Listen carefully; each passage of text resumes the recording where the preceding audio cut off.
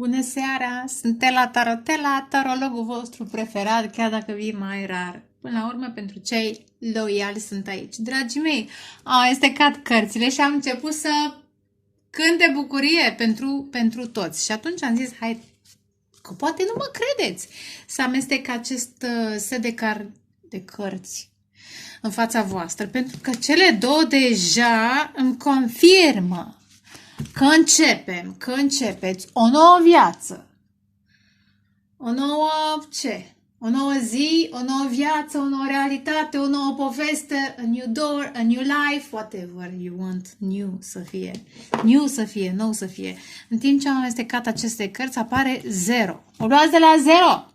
O luați de la 0, motherfucker! Și aici la fel, de la 0, două suflete perechi, n-ați întâlnit, urmează să întâlniți.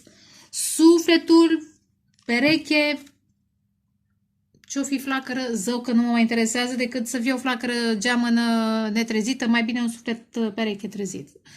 Așadar, povestea vieții voastre, cea mai frumoasă poveste de dragoste, urmează să o trăiți. De dragoste. Cine nu vrea dragoste să nu asculte. Pa, la revedere, vă pup, ne întâlnim la alte etalări. Dar avem deocamdată foc și apă, spirit și emoție, dar ia uite. Why are you crazy? Acum văd. Asul de bâte de 2 ori, 0 de 2 ori. Credeți-mă, faetonul. Va fi o călătorie. Unul va face o călătorie către celălalt.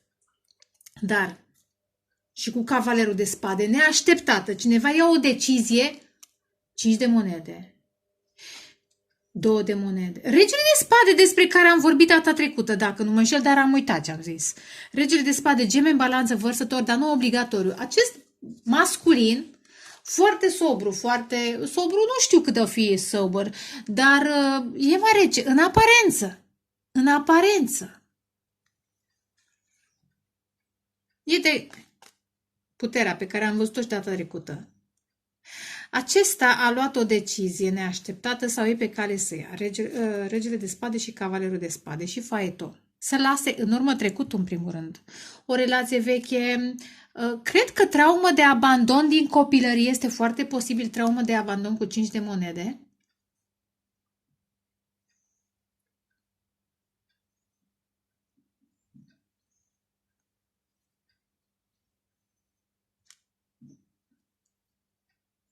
Da. Se simte singur, acest masculin se simte singur. Vedeți, aici sunt monede, ok, bani, ce-o fi acolo, stabilitate, ceva. Sau mai multe. Chestiuni materiale. Dar trandafirul ăsta, dragostea asta, vedeți, aici sunt flori, aici este trandafirul uscat. Simbolul pasiunii, da? Trandafirul roșu, trandafirul alb, simbolul unei pasiuni pure, sincere. Pasiunea sa se usucă în acel context. De ce? Pentru că e fără emoții. Acest masculin a funcționat fără emoții, așa și-a impus. Nu că nu are. Cine știe în ce context le folosește, familiar sau eu știu.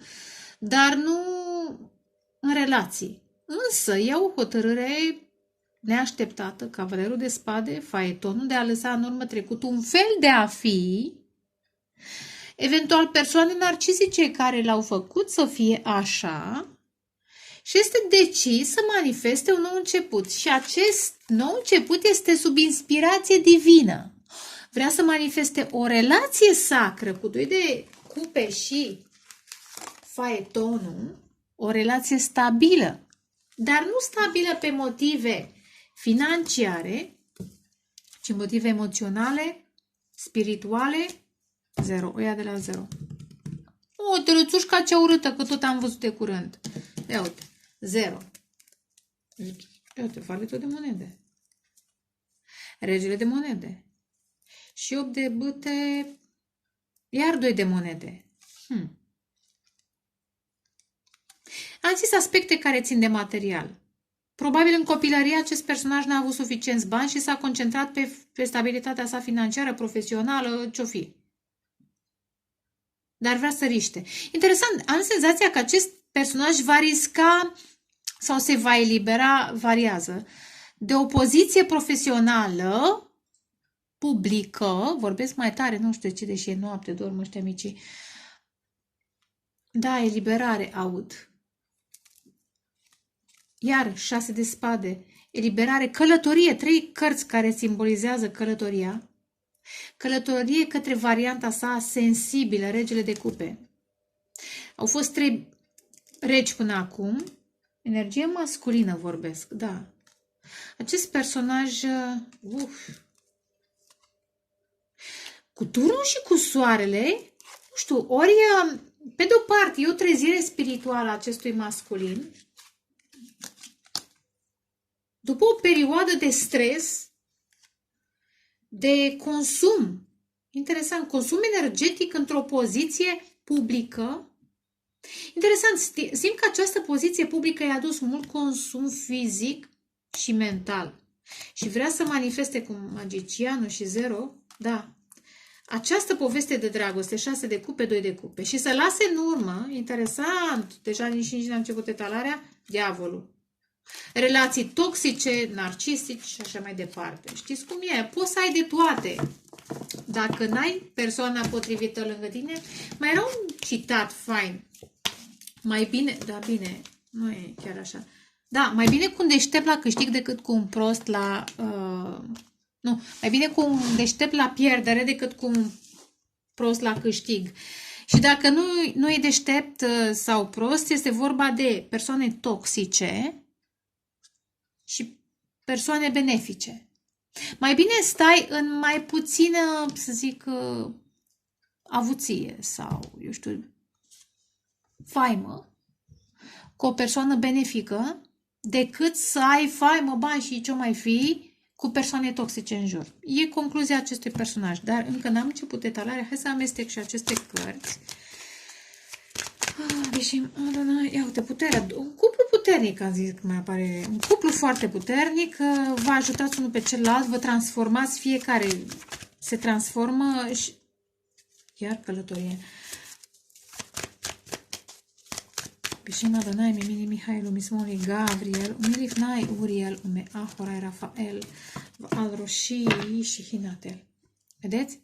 Dragostea energiei femine, sensibilitatea sa, dragostea în general, sensibilitatea, empatia, care poate să fie direcționată către acest masculin, îl ajută să se transforme. Acest masculin a ținut de bani, de o anumită poziție în societate, într-o comunitate, dar iată, îmbătrânesc și ce fac cu banii? Mă duc cu ei undeva?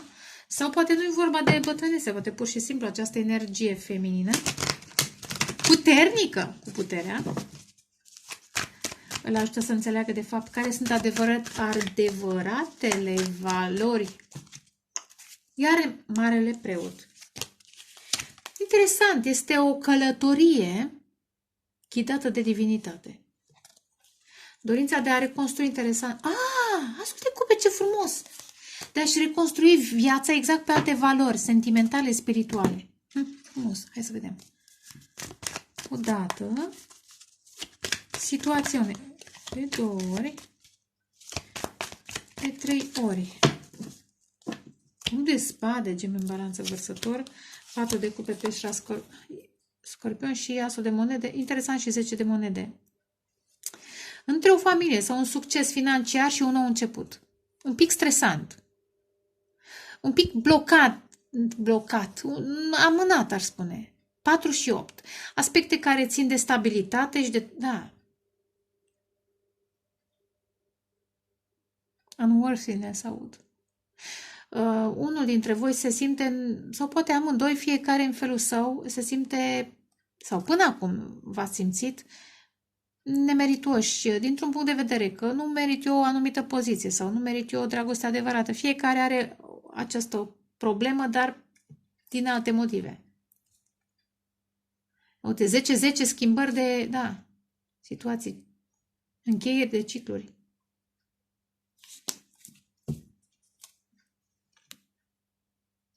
E transformare psihică. E psihe aici. Hai să vedem.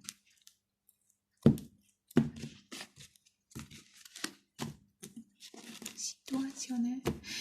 mi s-a rupt o creangă de măr astăzi și am adus niște floricele. 3 de bâte. Speranța moare ultima. Ce? 9 de cupe. 3 de bâte, 9 de cupe. Ce frumos. Ambele reprezintă speranță. Și eremitul. E tăcere. 9 și 9. Dar dincolo de ce frumos, dincolo de cuvinte sunt aceste visuri. Că viitorul poate fi mai bun. Și tăcerea asta aduce conectarea la sine. Deci e o perioadă... Hai să mai dăm o carte. Da, 6 de bâte. Vedeți că și aici e întuneric. Perioada asta de tăcere va fi depășită în foarte curând. Au. Probleme? Chakra a doua este afectată a unuia dintre voi. Vai, dar ce simt. Chakra a doua.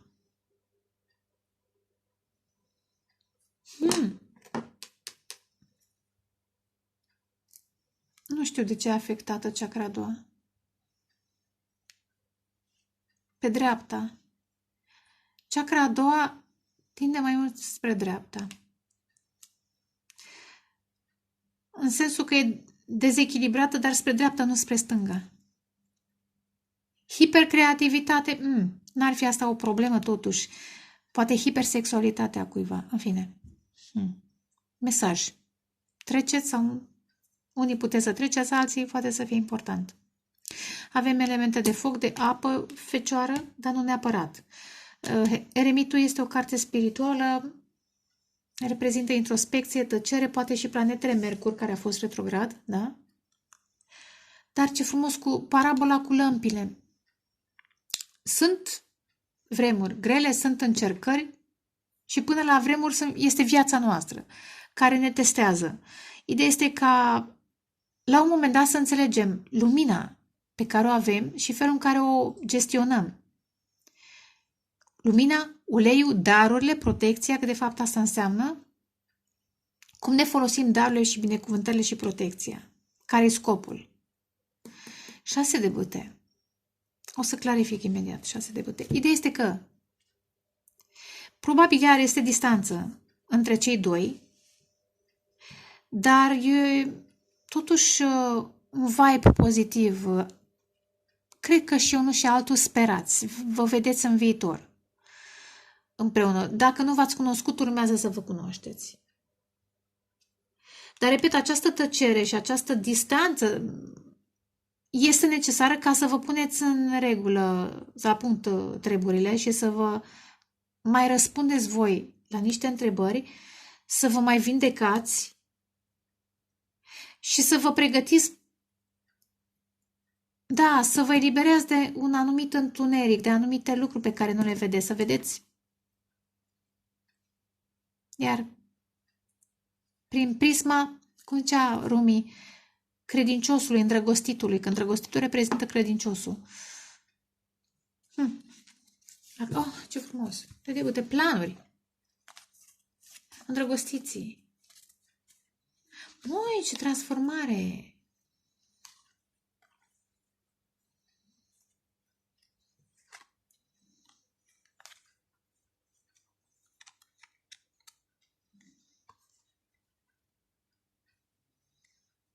E o transformare în aha, interesant. E o dragoste așteptată mult, dar pe care o așteptați de mult timp. Și e pe cale, da, 2 de monede, 2 de bâte și 3 de bâte. E o relație foarte specială pe care o așteptați de mult timp, poate chiar de multe vieți, și acum vă faceți planuri și unul și altul, sau măcar unul sigur își face planuri și celălalt eventual așteaptă, iar, în fine. Dragostea asta e transformatoare, cum am zis, parcă la un moment dat, că vă transformați, vă dați putere unul altuia sau urmează să vă dați. Și ce interesant, unul dintre voi, cel puțin unul, dar cred că amândoi, că vă oglindiți.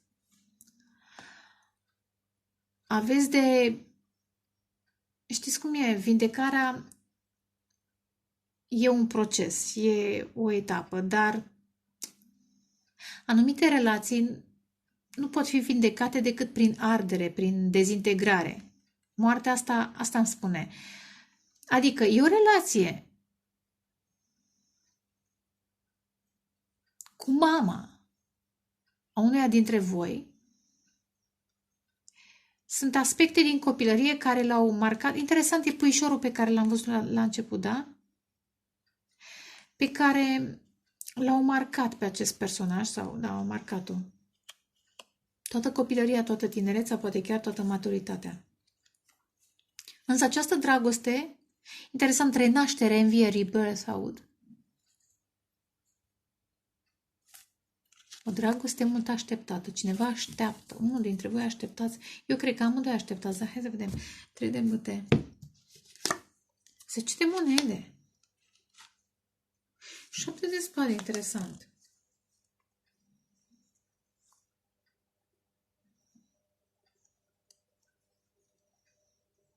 Ha!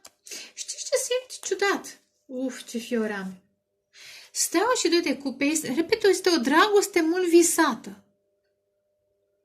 Și așteptată chiar, ia uite, 10 și 10. 20 și soarele. Soarele și diavolul. Cineva înțelege, unul dintre voi înțelege relațiile toxice în care a trăit. Am mai zis asta? Parcă am mai zis. Sau la etalarea cu sfaturi, nu mai știu. Și vrea să-și schimbe viața. Să renunțe la acele situații toxice, la acel întuneric, adicții, poate chiar, că deja sunt o relații toxice, da? Și să se vindece prin dragoste. Dar ce mai văd? Văd că ori la locul de muncă, ori în familie, cineva a pus bețe în roată în această relație. Eu asta văd. Conflicte. 5 de bâte, 5 de spade, conflicte, gelozii. În legătură cu felul în care comunicați, vi se pun, mai ales dacă e distanță, nu puteți comunica foarte bine cu acest personaj din cauza că alții se bagă și încearcă să creeze o imagine falsă, că-s minciunile. De ce? Probabil că din gelozie. Mai ales dacă personajul are o anumită poziție în societate. Nu de cupe. Diavol. 4 de spade.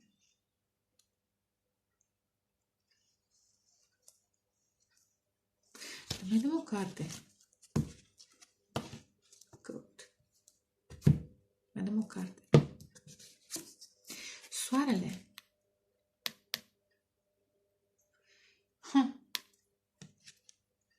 Iar tot aici a apărut. Tot aici am deschis. Asul de spade și turnul. Iar decizii neașteptate, iar trezire, dar cred că este și moartea egoului, pentru că diavolul și soarele reprezintă ego. Și cu turnul și cu asul de spade este trezirea cuiva. Iar cele 3 cărți reprezintă poziție importantă în societate, bani, eu știu ce profesii, da? Relații toxice.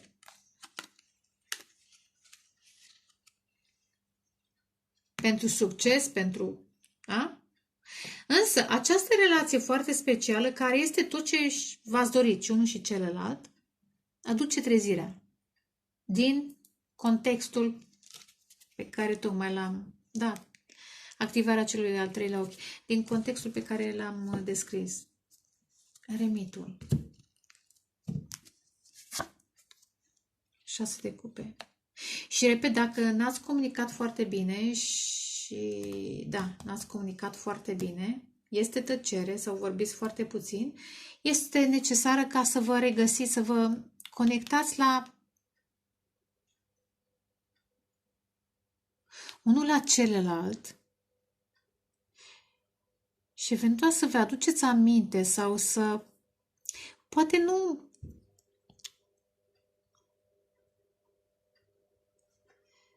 știți cum e și cu amintirile astea?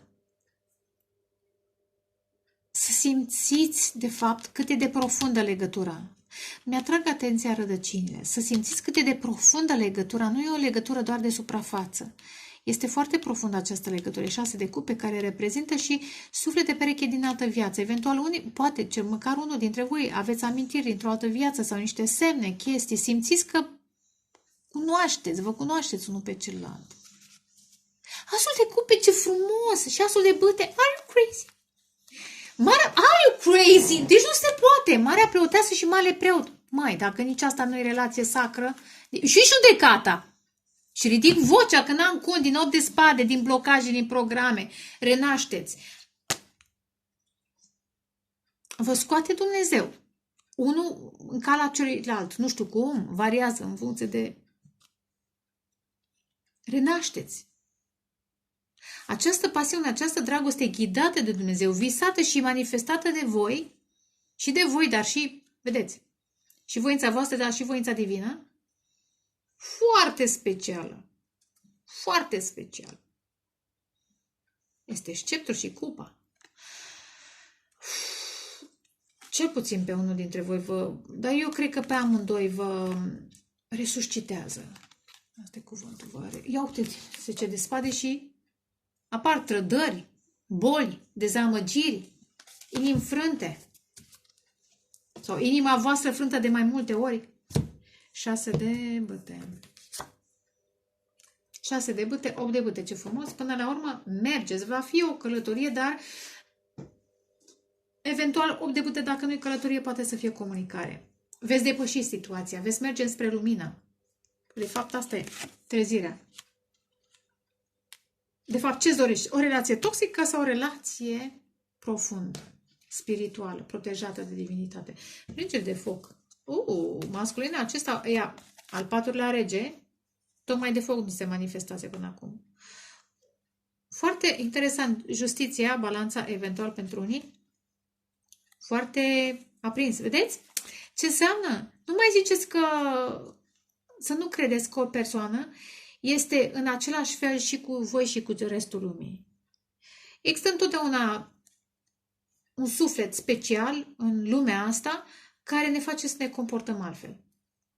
Dacă până acum regele de spade a fost rece și și-a reținut pasiunea sau sentimentele, marcaj puternic, regele de bâte și regina de bâte, marcaj în balanță, vreau să zic, balanță, leu, gemeni, vărsător, mai puține elemente de pământ, berbec, săgetător.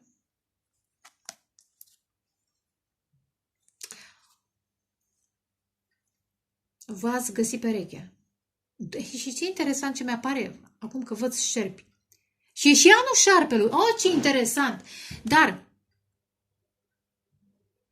doi oameni care v-ați transformat până acum și urmează să, exact ce am zis mai devreme, urmează să vă transformați și când vă veți întâlni și pe parcursul relației. Hai să vedem. Odată, de 2 ori. Hai, mai repede, că am zis că nu fac mult. Roata norocului. 8 de spade. Ce nu vedeți că vi se schimbă viața? Bine, dragoste. Nu vreți dragoste? Nu ascultați. Pa, la revedere, vă pup, ne vedem altă dată. Ne auzim altă dată, da?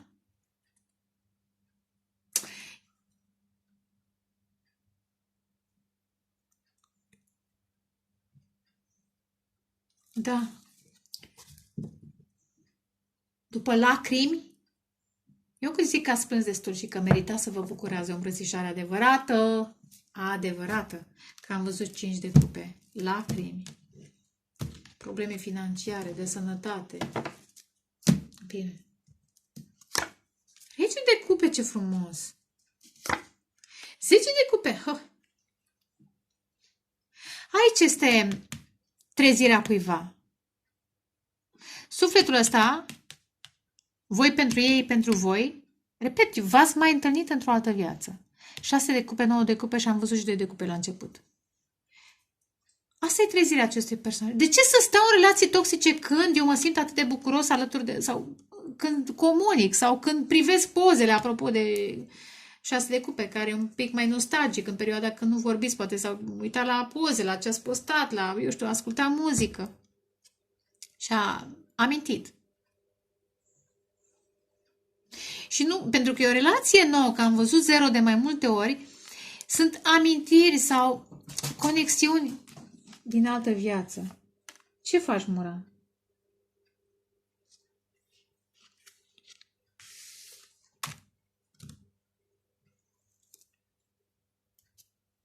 Zece de cupe.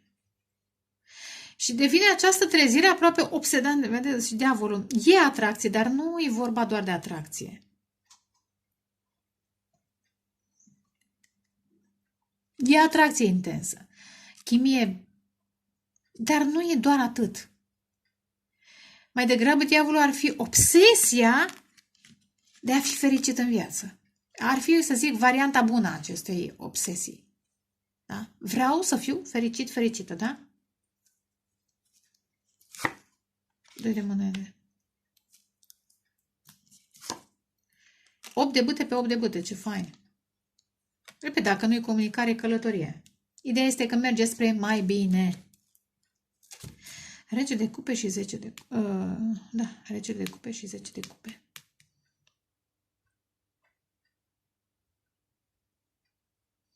Nu știu, în acest context, dacă nu sunteți voi, ei sunt foarte fericiți, foarte emoționați, sunt foarte entuziaști.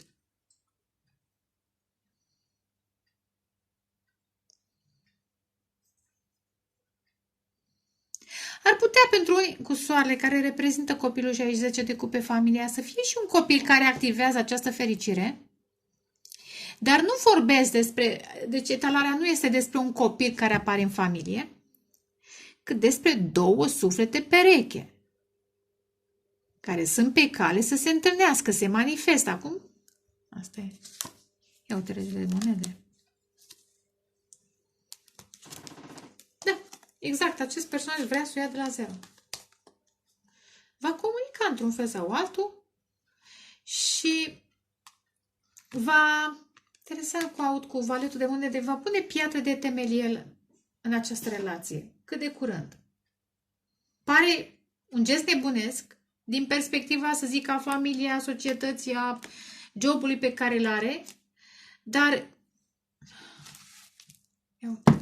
hai crazy. Regina de spade despre care vorbește și regina de spade.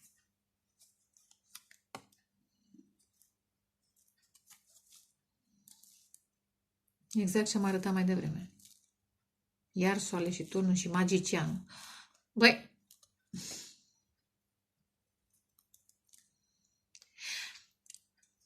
unul dintre voi încheie o relație foarte toxică cu o fostă manipulatoare cu care are copii. Încheie această relație. Definitivamente. Probabil că are copil, nu e nicio problemă. Copiii pot să aibă și ei copii, să crească, mai ales dacă e mai mare copilul, cu atât mai bine. Și va îndrăzni să-și refacă viața. Regele de spade.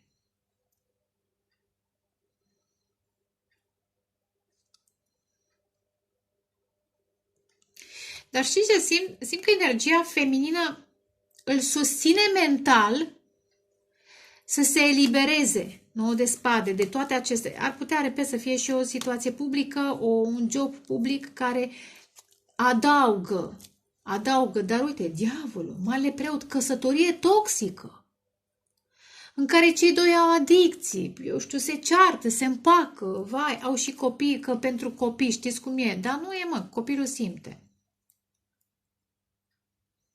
Cineva tot a încercat să manipuleze situația pentru copil, cică. Dar apare soarele și turnul. Trezirea. Bă, nu mai pot. Asta aud, gata. Vreau să fiu fericit și eu. Asta e trezirea. Și am văzut și asul de spade la turn, dați în urmă.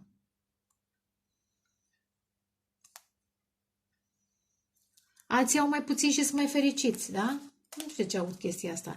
Și regina de spade e energia feminină care susține, da? În acest context, masculinul său. E cuplu divin și am văzut și regina de bâte și regele de bâte. Sunteți aceiași voi, dar într-o altă variantă mentală.